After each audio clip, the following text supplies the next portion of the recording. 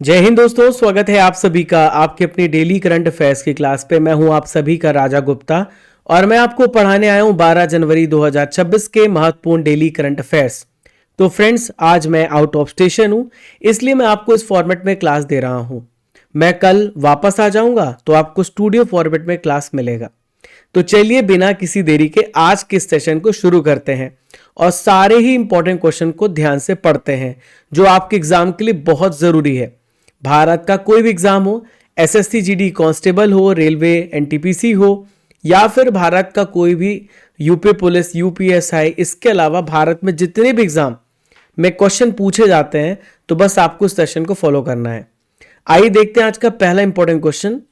खेलो India beach game 2026 की medal tally में पहला स्थान किसने हासिल किया है? Who has secured the first position in the medal tally of Khelo India beach games?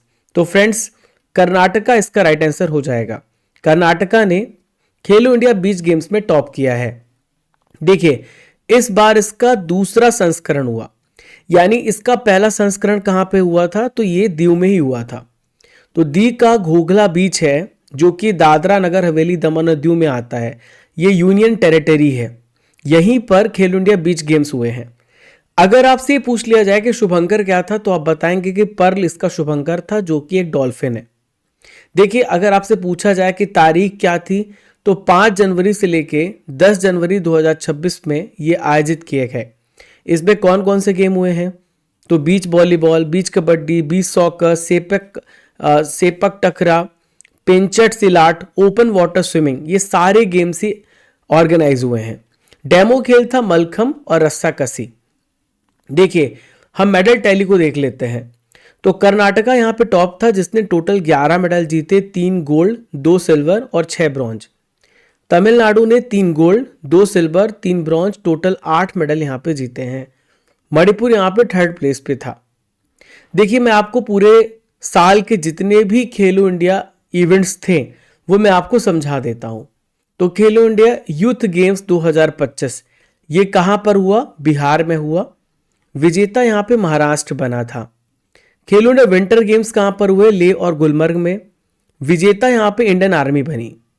Khelo India beach games 2025 Ghoghla बीच दीव में हुआ। मणिपुर विजेता बना था पहले संस्करण का। खेलो India para games new Delhi में हुए और हरियाणा यहां पे विजेता बना। खेलो India university game Jaipur Rajasthan में हुए, चंडीगढ़ इसका विजेता। और खेलो इंडिया ट्राइबल गेम अभी छत्तीसगढ़ में हो रहे हैं, तो मैं आपको इसके विजेताओं के बारे में भी बता दूंगा। चलिए दूसरे इंपॉर्टेंट क्वेश्चन को देखते हैं। खाड़ी सहयोग परिषद जीसीसी बलों ने अभ्यास गल्फ शील्ड 2026 का आयोजन कहां पे किया है? Where have Gulf Cooperation Council forces conducted exercise Gulf Shield 2026? तो फ्रेंड्स, आप सभी याद रखिएगा, ये सऊदी अरब में हुआ। कहां पर हुआ है? सऊदी अरब में। तो खाड़ी सहयोग परिषद बलों ने सऊदी अरब में संयुक्त सैन्य अभ्यास गल्फ शील्ड 2026 का शुभारंभ किया। इसका मेन जो ऑब्जेक्टिव था, जितने भी यहां पे खाड़ी सहयोग परिषद के मेंबर हैं उनके बीच में सामूहिक रक्षा को बढ़ावा देना, यानी मिलकर के अपने डिफेंस के लिए काम करेंगे। कलेक्टिवली यहां पे डिफेंस एक्सरसाइज हुई है। अब मैं आपको समझाता हूं खाड़ी सहयोग परिषद में कितने मेंबर आते हैं। तो इसमें टोटल 6 अरब देश आते हैं। कौन कौन से देश आते हैं? यहां पे मैप में आपको मैं दिखाता हूं। तो आप यहां पे मैप में देखिए, यहां पे आता है बहरीन, ठीक है। अगला देश आता है कुवैत, यहां पर आप देखिए कुवैत, ठीक है। दूसरा देश के बाद तीसरा देश जो आता है वो ओमान है। चौथा देश यहां पर देखिए कतर है। और पांचवा देश सऊदी अरब और छठा देश यूएई है, यूनाइटेड अरब एमिरेट्स है। तो टोटल 6 देश इसमें आते हैं।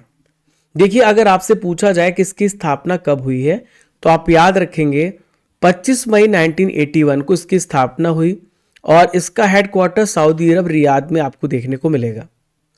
देखिए, मैं आपको बहुत सारे इंपॉर्टेंट अभ्यास पढ़ाने वाला हूं जो आपके एग्जाम के लिए बहुत इंपॉर्टेंट है। तो देखिए, आप जो जेमैक्स है ये भारत जापान के बीच में होता है। जेमैक्स, सिन्यू मैत्री, धर्म गार्जियन, वायु गार्जियन, ये सारे अभ्यास भारत जापान के बीच में होते हैं। फ्रीडम एज अभ्यास 2025, तो ये साउथ कोरिया, अमेरिका, जापान ने मिलकर के किया है। सियाम भारत, ये भारत और थाईलैंड के बीच में हुआ। जैपैड, ये एक मल्टीनेशनल एक्सरसाइज है। युद्ध अभ्यास 2025 भारत अमेरिका के बीच में होता है। भारत थाईलैंड के बीच में मैत्री अभ्यास होता है, स्लाइनेक्स, ये भारत और श्रीलंका के बीच में होता है। जामाता, ये भारत और जापान के बीच में ऑर्गेनाइज होता है। समन्वय शक्ति अभ्यास 2025, तो ये इंडियन आर्मी के द्वारा किया जाता है। सस्टेनेबल पावर 1404, ये ईरान के द्वारा किया गया। चलिए आइए देखते हैं तीसरा इंपॉर्टेंट क्वेश्चन जो आप सभी के स्क्रीन पर दिख रहा है। परमाणु ऊर्जा नियामक बोर्ड के हाल ही में अध्यक्ष यहाँ पे कौन बने हैं? Who has become the chairman of atomic energy regulatory board? तो इसका राइट आंसर हो जाएगा ए के बाला सुब्रमण्यम, इसका राइट आंसर होगा। तो देखिए यहां पर तुहिन कांत पांडे की बात करें तो ये सेबी के चेयरमैन है, याद रखिएगा। संजय मल्होत्रा आरबीआई के 26 नंबर के यहाँ पे गवर्नर हैं। और श्री चल्ला श्रीनिवासलू शेट्टी, ये स्टेट बैंक ऑफ इंडिया के चेयरमैन हैं और इंडियन बैंक एसोसिएशन आईबीए के भी चेयरमैन हैं। आइए जानते हैं परमाणु ऊर्जा नियामक बोर्ड के बारे में। तो आप यहाँ पे तस्वीरों में देख पा रहे हैं साइंटिस्ट ए के बाला सुब्रमण्यम, जिन्हें बनाया गया है परमाणु ऊर्जा नियामक बोर्ड का अध्यक्ष। तो हाल ही में इन्होंने कार्यभार को यहाँ पे ग्रहण किया है। तो परमाणु ऊर्जा नियामक बोर्ड जो है इसका मेन फंक्शन होता है भारत में विकिरण सुरक्षा से रिलेटेड यहाँ पे नियम बनाना, रेगुलेशन बनाना। आपको पता है कि जितने भी यहाँ पर परमाणु बॉम्ब्स होते हैं या फिर जितने भी आपके उसमें सामान इस्तेमाल किए जाते हैं, यूरेनियम, इन सब से विकिरण निकलता है और रेडिएशन निकलता है जो हमें यहाँ पे अपाहिज बना सकता है। इसका हमारी बॉडी पे बहुत बुरा इफेक्ट पड़ता है। तो इसके लिए यहाँ पे नियम बनाए जाते हैं, ठीक है। तो हम बात करें तो इसका गठन कब हुआ? 15 नवंबर 1983 को, और परमाणु ऊर्जा विभाग के अधीन ये काम करता है, जिसके मंत्री या फिर जिसका जो ओनरशिप होता है यानी जो इसे गवर्न करता है देश का प्राइम मिनिस्टर होता है। मुंबई महाराष्ट्र में इसका हेडक्वार्टर आपको देखने को मिलेगा। तो इसका मेन वर्क होता है परमाणु प्लांट की सुरक्षा का, यहाँ पर सेफ्टी देखना, लाइसेंसिंग देखना, परमाणु दुर्घटनाओं से रिलेटेड यहाँ पर रेगुलेशन बनाना ताकि कोई भी ऐसी एक्सीडेंट्स ना हो। और जो IAEA है यानी इंटरनेशनल एटॉमिक एनर्जी एजेंसी, इसके सुरक्षा मानकों के अनुरूप ये काम करता है, जो स्टैंडर्ड वो सेट करते हैं। देखिए फ्रेंड्स, हाल ही में बहुत सारी इंपॉर्टेंट अपॉइंटमेंट हुई है, वो भी मैं आपको पढ़ा देता हूं। ए मोहम्मद मुश्ताक, ये सिक्किम हाई कोर्ट के हाल ही में चीफ जस्टिस बने हैं। सदानंद वसंत दाते, ये महाराष्ट्र के हाल ही में डीजीपी बने हैं। एयर मार्शल नागेश कपूर, इन्हें बनाया गया deputy chief of Indian air force. Rakesh Agarwal, NIA प्रमुख के अतिरिक्त प्रभार इन्हें मिला है। पीवी सिंधु को BWF एथलीट्स कमीशन का चेयरपर्सन बनाया गया है। यहां पे हम बात करते हैं एडिशनल सॉलिसिटर जनरल की, 3 व्यक्तियों को बनाया गया है, दविंदर पाल सिंह, कनक मेडला रविंद्र कुमार और अनिल कौशिक। बी साई राम को बनाया गया है कोल इंडिया लिमिटेड का नया CMD। सुरेश गोयल को बनाया गया director general of national council of applied economic research का यहां पे महानिदेशक। देखिए फ्रेंड्स, मैं आपसे 3 प्रश्न पूछ रहा हूं जिसका आंसर आप सभी को कमेंट बॉक्स पे देना है। एक्जिमा रोग शरीर के किस अंग को प्रभावित करता है? स्काउट एंड गाइड संस्था की स्थापना किसने करी? संसार का सबसे बड़ा महासागर कौन सा है? आइए देखते हैं चौथा महत्वपूर्ण प्रश्न। मध्य प्रदेश और किस राज्य के बीच में वन्य जीव विनिमय समझौते पर हाल ही में सिग्नेचर किए गए हैं? वाइल्ड लाइफ एक्सचेंज एग्रीमेंट हुआ है मध्य प्रदेश और किस राज्य के बीच में? तो मध्य प्रदेश और असम राज्य के बीच में हाल ही में समझौता हुआ है। समझौता क्या हुआ है आइए जानते हैं। तो यह समझौता 8 जनवरी 2026 को हुआ, ठीक है।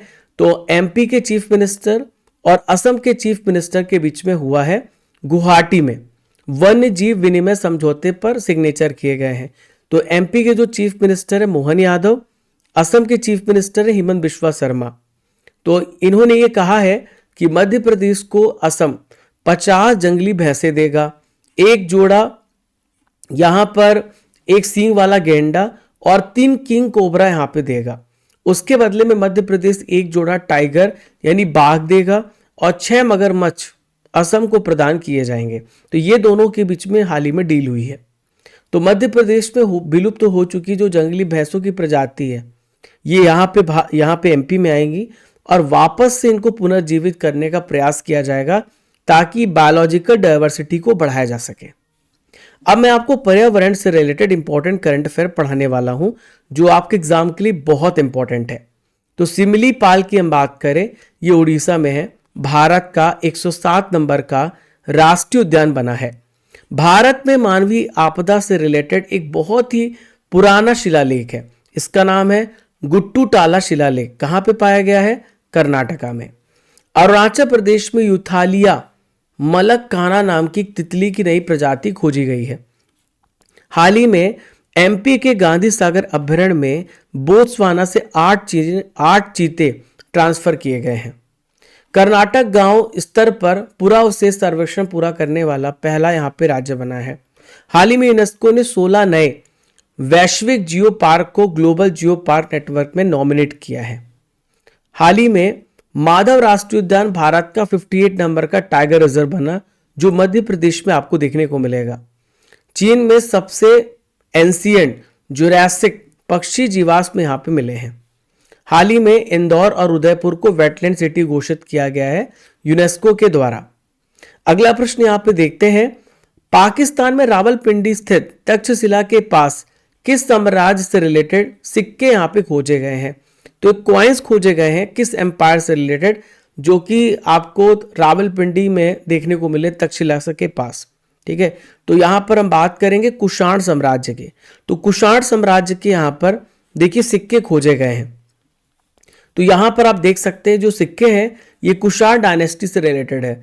तो पाकिस्तान में जो आर्कियोलॉजिस्ट हैं इन्होंने रावलपिंडी के पास तक्षशिला के पास भीर टीला क्षेत्र से लगभग 2000 साल पुराने कुषाण साम्राज्य के सिक्के प्राप्त किए हैं। और लापिस लजुली नीलमणि के यहाँ पे छोटे छोटे यहाँ पे पीसेस फ्रेगमेंट्स टुकड़े यहाँ पे खोजे गए हैं। देखिए ये जो सिक्के हैं ये कुषाण सम्राट वासुदेव काल से रिलेटेड है। तो लैपिस लजुली जो है इसका इस्तेमाल एज एन ऑर्नामेंटल इस्तेमाल होता है। हम बात करें कुषाण साम्राज्य की, कुषाण साम्राज्य कहां तक फैला हुआ था? तो कुषाण साम्राज्य एक समय का बहुत ही पावरफुल एम्पायर हुआ करता था। अगर आप मैप में देखें तो ये आपको कहां कहां पे देखने को मिलेगा? तो ये आपको नॉर्थ इंडिया में पूरा कवर होते देखने को मिलेगा। सेंट्रल एशिया में, अफगानिस्तान में, यहां पर कुषाण साम्राज्य का पूरा वर्चस्व था। तो जिस समय ये बढ़ रहा था तो ये लगातार जो इसका टाइम पीरियड रहा है वो है फर्स्ट से लेकर 3rd सेंचुरी के बीच में। यहाँ पे इस समय काल में ये बहुत तेजी से आगे बढ़ा है। कुषाण वंश का अगर आपसे पूछा जाए कि फाउंडर कौन है तो इनका नाम है कुजूल कटफिसेस। और सबसे महान जो कुषाण शासक थे उनका नाम था कनिष्क। कुषाण वंश की जो मेन कैपिटल थी वो थी पुरुषपुर, जिसे आज हम पेशावर जानते हैं। लेकिन मथुरा को अपनी इन्होंने सेकंड कैपिटल को बनाया था। देखिए कुषाणों ने सोने के सिक्के जारी किए थे जो इनकी यहाँ पर इकोनॉमिक प्रॉस्पेरिटी को बताते हैं। और जो 4th बुद्धिस्ट काउंसिल हुई थी और वो जो कि बौद्ध काउंसिल थी कुषाण राजा कनिष्क के शासनकाल में हुई थी। ये 1ली शताब्दी ईस्वी में लगभग 72वीं ईस्वी में कश्मीर में कुंडल वन में ऑर्गेनाइज करी गई है। ठीक है, चलिए क्वेश्चन नंबर 6 देखते हैं। हाल ही में उत्पन्न स्टॉर्म गोरेटी ने किस महाद्वीप को प्रभावित किया है? The recently generated storm Goretti has affected which continent? तो फ्रेंड्स यूरोप को बहुत ही बुरी तरीके से यहाँ पे प्रभावित किया है। तो ये जो तूफान था 8 से लेकर 9 जनवरी के बीच में एक शक्तिशाली तूफान आया जिसने यूरोप को अपने चपेट में ले लिया। खासकर आप देखें फ्रांस, ब्रिटेन और बहुत सारे जो वेस्टर्न यूरोपीय कंट्रीज हैं यहां पर एडवर्स कंडीशन देखने को मिली है। स्टॉर्म गोरेटी को कहा जाता है वेदर बॉम्ब, यानी अचानक से ये बहुत तेजी से चलने वाला वेदर सिस्टम है। ये तूफान अटलांटिक महासागर से बढ़ा और बहुत तेजी से बर्फबारी, बारिश, समुद्री लहरें, तेज हवाएं लेकर के आगे बढ़ा। देखिए फ्रेंड्स, अगर आप सभी ने स्टडीगर एप्लीकेशन को डाउनलोड नहीं किया है तो मैं कहूंगा कि आप सभी स्टडीगर एप्लीकेशन को जरूर डाउनलोड कर लें, जो कि आपको गूगल प्ले स्टोर पे मिलेगा। जब आप एप्लीकेशन को डाउनलोड कर लेंगे तो आपको यहाँ पे आज की पीडीएफ मिल जाएगी। इसके अलावा आप यहाँ पे टेस्ट सीरीज में जाएंगे तो डेली करंट अफेयर्स का आपको यहाँ पे टेस्ट मिल जाएगा। 18,000 टॉपिक वाइज टेस्ट मिलेगा, 12 महीने का मंथली टेस्ट मिलेगा और प्रीमियम कोर्सेज पे बहुत सारे कॉम्बो पैक्स हैं जहां पे करंट अफेयर जीके का टेस्ट तो आपको मिलेगा। आप यहाँ पे ई बुक्स में जाएंगे तो मंथली बुक्स, ईयरली बुक्स, ये सब मिलेगा। तो आप यहाँ पे देखिए कॉम्बो पैक्स हैं, जनवरी से लेकर दिसंबर, 12 महीने का मंथली टेस्ट और 18,000 topic wise test, combo 200 coupon code use करिएगा। और अर्जुन जीएस फाउंडेशन बैच से आज ही जुड़िए, जहां पे 1000+ वीडियोस आप पढ़ेंगे और 3 साल की वैधता के साथ। तो जो polity, geography, economics, science, history, दोपहर 1 और शाम को 5 बजे आपकी क्लास हो रही है। 18,000 topic wise subject test series हमने इसके साथ फ्री ऑफ कॉस्ट दी है। 12 महीने का मंथली टेस्ट, 12 महीने की मंथली ई बुक, तो ये सब कुछ आपको मिलेगा। प्रीमियम कोर्सेज में जाकर के चेक करिएगा। अब हम बढ़ते हैं फ्रेंड्स यहाँ पे 7वें महत्वपूर्ण प्रश्न की तरफ। कैंसर की प्रारंभिक जांच और निदान के लिए आशा वैन मोबाइल यूनिट की शुरुआत हाल ही में किस राज्य में हुई है? इन विच स्टेट है launch the Asha van mobile unit for early screening and diagnosis of cancer? तो फ्रेंड्स इसे गुजरात राज्य ने स्टार्ट किया है। तो यहां पर आप देख सकते हैं भूपेंद्र भाई पटेल जी, जो गुजरात के वर्तमान में सीएम है। तो गुजरात के चीफ मिनिस्टर भूपेंद्र पटेल ने गांधीनगर में कैंसर की प्रारंभिक जांच और निदान के लिए आशा वैन मोबाइल यूनिट का इनॉग्रेशन किया। इससे हमें पता चलेगा फेफड़े में जो कैंसर हो रहा है, जो ब्रेस्ट में कैंसर हो रहा है, आजकल महिलाओं में गर्भाशय, सर्विक्स में कैंसर हो रहा है, बच्चादानी में कैंसर हो रहा है, ऐसे 10 प्रकार के कैंसर होते हैं, उन सब की ये स्क्रीनिंग करेगा। वैन में होगा दोस्तों EVA pro diagnostic, mammography unit और बहुत ही स्पेशल टेली कंसल्टेशन की सुविधा, जो तुरंत ही आपके कैंसर के बारे में आपको बताएगी। क्वेश्चन नंबर 8 ये रहा, हाल ही में भारत की जनगणना 2027 का पहला फेज ये कब आयोजित किया जाएगा? देखिए जनगणना 2027 से स्टार्ट होने वाली है, लेकिन पहला चरण कब से होगा? तो अप्रैल से लेके सितंबर 2026 के बीच में भारत की जनगणना का पहला चरण होने जा रहा है और ये 1 अप्रैल से स्टार्ट होगा, 30 सितंबर के बीच में होगा। जितने भी स्टेट हैं, जितने भी यूटी हैं, वहां पे घर घर जाकर के सेंसस का काम किया जाएगा और हर स्टेट, हर यूटी का जो निर्धारित 30 दिनों की अवधि है उसमें तय किया गया कि सेंसस का काम होगा। हम बात करेंगे भारत की जनगणना की, तो जो जनगणना 2027 में होने जा रही है वो होगी 16वीं। 11,718 करोड़ रुपए यहाँ पे बजट यहाँ पे एलोकेट किया गया है। पहले चरण में आपकी हाउस की लिस्टिंग होगी और हाउसिंग जनगणना होगी, जो कि 1 अप्रैल से लेकर 30 सितंबर तक चलेगी। दूसरी वाली चरण में जनसंख्या का कैलकुलेशन होगा फरवरी 2027 में, ठीक है, और बर्फीले क्षेत्रों में सितंबर 2026 से। तो भारत की ये पूरी तरीके से डिजिटल जनगणना होने जा रही है। इसमें साथ ही साथ कास्ट सेंसस को भी इंक्लूड किया गया है। तो 1931 के बाद पहली बार यहाँ पे कास्ट सेंसस किया जा रहा है। देखिए भारत में पहली जनगणना 1872 में हुई थी मेयो के काल में, और ऑफिशियल में जनगणना 1881 से स्टार्ट हुई रिपन के समय में। और भारत में जो जनगणना होती है वो हर 10 साल में होती है। जनगणना कराने का काम हमारी होम मिनिस्ट्री का है।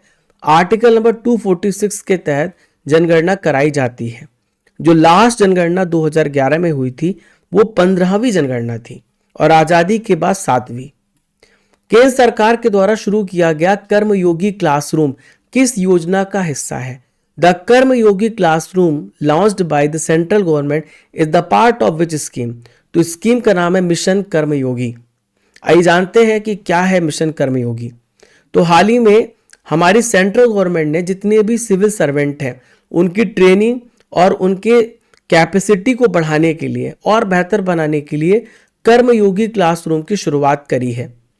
तो ये देखिए आप, इंटीग्रेटेड गवर्नमेंट ऑनलाइन ट्रेनिंग यानी IGOT कर्मयोगी प्लेटफॉर्म पे एक नया AI बेस्ड फीचर होगा, जो कि यहाँ पे ऑफिसर्स को ज़्यादा इंटरेक्टिव बनाएगा, पर्सनलाइज्ड होगा और इनको ज़रूरत के हिसाब से ट्रेनिंग देगा IGOT। इस प्लेटफॉर्म पे AI सारथी, AI tutor, AI based capacity building plan होगी, ऐसे बहुत सारे टूल्स का यूज होगा।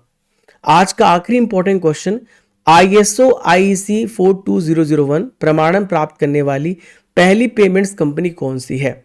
तो फर्स्ट पेमेंट कंपनी कौन सी है जिसने ISO IEC 42001 सर्टिफिकेट प्राप्त किया है? तो इसका नाम है financial software and system FSS।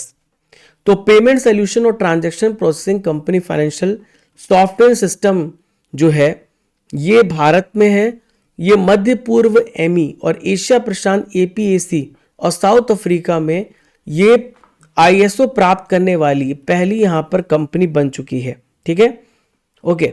तो आईएसओ क्या होता है? आईएसओ का फुल फॉर्म होता है इंटरनेशनल ऑर्गेनाइजेशन फॉर स्टैंडर्डाइजेशन। तो एक अंतरराष्ट्रीय संस्था है जो बहुत सारी वस्तुओं सेवाओं का यहाँ पे उसके स्टैंडर्ड को तय करती है ताकि वो यहाँ पे वैल्यू उसकी हो और लोगों के साथ फ्रॉड ना हो। 1947 में इसकी स्थापना हुई है। हेडक्वार्टर जेनेवा स्विट्जरलैंड में है। 160 प्लस देशों का यहाँ पर एक बॉडी है जो यहाँ पे आईएसओ बनाता है। चलिए 11 क्वेश्चन को देखते हैं। Inter operable criminal justice system 2.0 में उत्तराखंड पुलिस ने कौन सा स्थान हासिल किया है? तो यहां पर उत्तराखंड पुलिस ने inter operable criminal justice system में पहला स्थान हासिल किया है। इसका सी आंसर होगा। तो उत्तराखंड पुलिस ने यहां पे 93.46 अंक प्राप्त किए हैं और पहला स्थान प्राप्त किया है। तो national criminal record bureau NCRB के डैशबोर्ड है। तो उत्तराखंड ने हरियाणा असम को पीछे छोड़ते हुए 2026 के लक्ष्य को पहले से ही यहाँ पे मॉड्यूल पूरा कर लिया है। ठीक है, तो आईसीजेएस क्या है? तो एक मॉड्यूल है, एक राष्ट्रीय मंच है जो क्या करता है, पुलिस को, कोर्ट्स को, जेल को और बहुत सारी जो फॉरेंसिक जो आपकी फॉरेंसिक साइंस लेबोरेटरीज है और प्रोसिक्यूशन है, जितने भी यहाँ पे आपराधिक न्याय प्रणाली उसको इंटीग्रेट करता है। ठीक है, आज का आखिरी इंपॉर्टेंट क्वेश्चन, राष्ट्रीय युवा दिवस कब मनाया जाता है? When is national youth day is being celebrated? तो दोस्तों आज 12 जनवरी है और 12 जनवरी को हम राष्ट्रीय युवा दिवस मनाते हैं। हम 12 अगस्त को विश्व युवा दिवस मनाते हैं।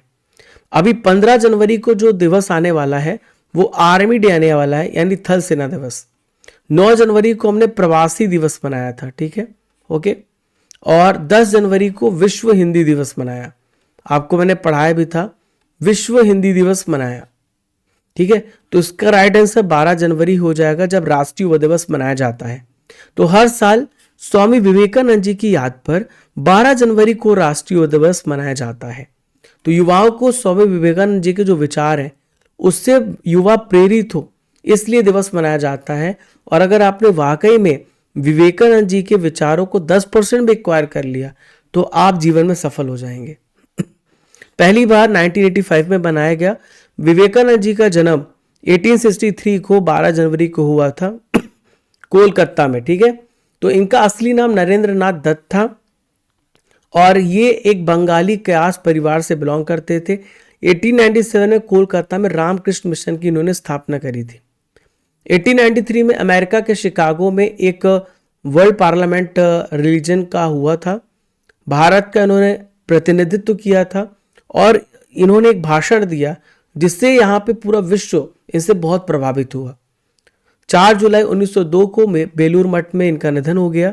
इनके गुरु का नाम था रामकृष्ण परमहंस। अब देखिए जनवरी महीने के जितने भी इंपॉर्टेंट डेज हैं वो भी मैं आपको पढ़ा देता हूं। तो 1 जनवरी को मनाया जाता है वैश्विक परिवार दिवस और डीआरडीओ डे। 3 जनवरी को सावित्रीबाई फूले का जन्मदिन। 4 जनवरी को वर्ल्ड ब्रेल डे। 6 जनवरी को वर्ल्ड वॉर ऑर्फेंस डे। 8 जनवरी को पृथ्वी का घूर्णन दिवस। 9 को प्रवासी भारतीय दिवस। 10 को वर्ल्ड हिंदी डे। 11 को राष्ट्रीय मानव तस्करी जागरूकता दिवस और 12 जनवरी को युवा दिवस मनाते हैं। 15 जनवरी को थल सेना दिवस। 16 जनवरी को नेशनल स्टार्टअप्स डे। 23 को पराक्रम। राष्ट्रीय बालिका दिवस 24 जनवरी को। अंतर्राष्ट्रीय शिक्षा दिवस 24 जनवरी को। 25 जनवरी को भारतीय राष्ट्रीय पर्यटन दिवस और राष्ट्रीय मतदाता दिवस। 26 जनवरी को गणतंत्र दिवस और 28 जनवरी को डेटा प्राइवेसी डे। 30 जनवरी को शहीद दिवस महात्मा गांधी जी की पुण्यतिथि पर और कुष्ठ रोग दिवस भी मनाते हैं।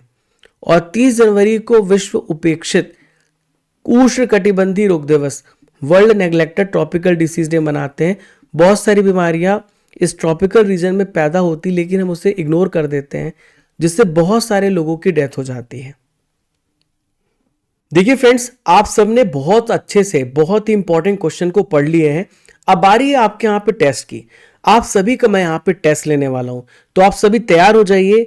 हर एक क्वेश्चन को बहुत ही ध्यान से सुनिएगा, देखते हैं आप कितने प्रश्नों को सही कर पाते हैं। तो यहाँ पे देखते हैं दिसंबर 2025 के प्रश्न। फीफा 2026 के विश्व कप ड्रॉ के दौरान पहला शांति पुरस्कार किसे दिया गया? तो पहला शांति पुरस्कार यहाँ पे किसे मिला है? यहाँ पे डोनाल्ड ट्रंप को। देश का पहला भुगतान बैंक कौन सा बना है जिसे स्मॉल फाइनेंस बैंक एसएफबी में बदलने की मंजूरी मिली है? तो फ्रेंड्स ये है फिनो पेमेंट्स बैंक।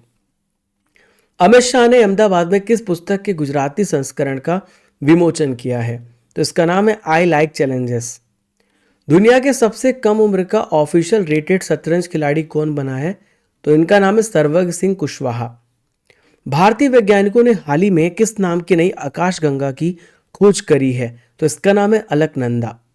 शोक सुरंग का उद्घाटन हाल ही में कहां पर किया गया? लद्दाख में। G20 शिखर सम्मेलन 2026 में अमेरिका ने साउथ अफ्रीका की जगह किस देश को इनवाइट करने की योजना बनाई? तो पोलैंड को यहां पे इनवाइट करने की योजना बनाई है। मशहूर एक्ट्रेस रेखा को किस अंतर्राष्ट्रीय फिल्म फेस्टिवल में ऑनरी अवार्ड से सम्मानित किया गया? तो रेड सी इंटरनेशनल फिल्म फेस्टिवल में सम्मानित किया गया।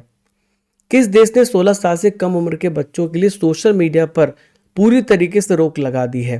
तो यहाँ पे ऑस्ट्रेलिया ने रोक लगाई है। देखिए फ्रेंड्स, आप सब ने जो करंट अफेयर्स पढ़ा था यहाँ पे 10 जनवरी को, उस करंट अफेयर्स का यहाँ पे रिवीजन करेंगे। कल 11 जनवरी था और हम संडे को पूरा वीकली करंट अफेयर्स पढ़ते हैं। संयुक्त राष्ट्र ने किस साल को अंतर्राष्ट्रीय वर्ष चारागाह और पशुपालक घोषित किया है? तो यहाँ पे 2026 के साल को डिक्लेयर किया है। भारत ने दुनिया में पहली बार व्यावसायिक स्तर पर किसका उत्पादन शुरू किया है? जैव बिटुमेन का। महिला एवं बाल विकास मंत्रालय ने हाल ही में कौन सा इंटीग्रेटेड डिजिटल पोर्टल लॉन्च किया है? तो इसका नाम है पनखुड़ी। भारत का पहला पूर्णतः पेपरलेस डिस्ट्रिक्ट कौन सा बना है? तो इसका नाम है कलपेट्टा जिला, वायनाड, जो कि केरल में है। माधव गाडगिल का हाल ही में निधन हो गया, वे कौन थे? तो ये पर्यावरण से संबंधित थे। एसएस सीरीज 2025-26 को हाल ही में किसने जीता है? तो ऑस्ट्रेलिया ने जीता है, यहां पे इंग्लैंड को हरा के। 53 नंबर की विश्व पुस्तक मेला 2026 ये कहां पे ऑर्गेनाइज हुआ है? तो न्यू दिल्ली में हुआ। विकसित भारत यंग लीडर डायलॉग 2026 का आयोजन कहां पर किया गया? नई दिल्ली में। भारतीय विशिष्ट पहचान प्राधिकरण ने हाल ही में किस शुभंकर का शुभारंभ किया है? तो इसका नाम है उदय। अमेरिका के राष्ट्रपति डोनाल्ड ट्रंप ने कितने अंतर्राष्ट्रीय संगठन, एजेंसी, आयोगों को समर्थन रोकने की घोषणा करी है? तो 66 ऑर्गेनाइजेशन है। वेस्ट बंगाल की मुख्यमंत्री ममता बनर्जी ने हाल ही में किस नदी पर पुल की आधारशिला रखी है? तो मुरी गंगा पर। विश्व हिंदी दिवस कब मनाया जाता है? तो फ्रेंड्स, विश्व हिंदी दिवस 10 जनवरी को मनाते हैं। दोस्तों, अब हम उन प्रश्नों को डिस्कस करेंगे जो आपके एग्जाम में पूछे जा चुके हैं। तो नागभट्ट निम्नलिखित में किस राजवंश के राजा थे? तो ये प्रतिहार के राजा थे। सहारा मरुस्थल इनमें से किस महाद्वीप में है? तो सहारा मरुस्थल अफ्रीका में है। इनमें से किस नृत्य शैली की उत्पत्ति दक्षिण भारत में नहीं हुई है? तो इसका नाम है सत्रिया। दोस्तों, आज का सवाल है, खेलो इंडिया बीच गेम 2026 की मेडल टैली में पहले स्थान पे किसने हासिल किया है? आपको इस प्रश्न का उत्तर कमेंट बॉक्स में देना है। इसके अलावा आपको यहाँ पे पहचान करनी है ये तस्वीर किस खिलाड़ी की है। दोस्तों, 10 जनवरी के रिजल्ट को देखें तो संगम गौर टॉपर, स्नेहल, मनोज गुंडुआ, विवेक, यूसुफ, मोहम्मद शहजाद, पम्मी कुमारी, हरीश कुमार, अनुप्रिया, रश्मि कुमारी। डियर स्टूडेंट्स, आप सभी एप्लीकेशन को डाउनलोड कर लीजिए गूगल प्ले स्टोर से, और एप्लीकेशन को डाउनलोड करने के बाद आप डेली करंट अफेयर्स की आज की पीडीएफ यहाँ से डाउनलोड करेंगे। आप ई बुक्स पे जाएंगे तो आपको यहाँ पे मंथली बुक्स, ईयरली बुक्स और इसके अलावा बहुत सारे जो हमारे टॉपिक वाइज जीके की बुक भी मिलेगी। आप टेस्ट सीरीज में जाएंगे तो आपको यहाँ पे 18,000 topic wise, subject wise test series मिलेगा। 12 महीने का आपको मंथली करंट अफेयर्स का टेस्ट मिलेगा और डेली करंट अफेयर्स की पीडीएफ मिलेगी। प्रीमियम कोर्सेज में जाएंगे तो आपको कॉम्बो पैक्स मिलेंगे, 12 महीने का मंथली टेस्ट और इसके अलावा आपको 18,000 topic wise test. Combo 200 coupon code use करिएगा, प्रीमियम कोर्सेज में मिलेगा। अर्जुन जीएस फाउंडेशन बैच से आज ही जुड़िए, जहां पे आपको 1000+ वीडियोस पढ़ने का मौका मिलता है और ये सारे विषय पढ़ेंगे, polity, geography, economics, science, history. और इसके साथ मिलेगा 18,000 topic wise subject test series, 12 महीने का मंथली टेस्ट और 12 महीने की मंथली ई बुक। तो ये सब आपको प्रीमियम कोर्सेस में मिलेगा। तो एक साल की टॉपिक वाइज पीडीएफ आपको यहाँ पे मिलेगी फ्री ऑफ कॉस्ट, और 2025 की आपको हिंदी इंग्लिश मीडियम में 12 महीने का पैकेज मिलेगा। दोस्तों, वार्षिक जो करंट अफेयर है हिंदी और इंग्लिश दोनों मीडियम में आपकी लॉन्च हो गई है, मंथली ई बुक्स लॉन्च हो गई है। तो आप सभी जा कर के डाउनलोड कर सकते हैं, टॉपिक वाइज टेस्ट सीरीज को भी ज्वाइन कर सकते हैं। और इसके अलावा टेस्ट पास भी है, जहाँ पे 4,000 प्लस टेस्ट प्रैक्टिस कर सकते हैं। और दोस्तों, हमारे Telegram channel, Instagram, WhatsApp channel सबको ज्वाइन कर सकते हैं। ये हमारी बुक्स हैं, ज्योग्राफी, हिस्ट्री, बायोलॉजी, जीव विज्ञान, ये सारी बुक्स आपको कहाँ पे मिलेंगी? हमारी ई बुक सेक्शन में टॉपिक वाइज जीके नाम का फोल्डर होगा, वहाँ मिलेंगी। आशा करता हूँ कि आज का लेक्चर आपको बहुत पसंद आया होगा। मिलेंगे फ्रेंड्स अगले इंपॉर्टेंट लेक्चर में। तब तक के लिए आप सभी को जय हिंद, जय भारत। खुश रहिए, मुस्कुराते रहिए। जब तक तोड़ेंगे नहीं तब तक छोड़ेंगे नहीं।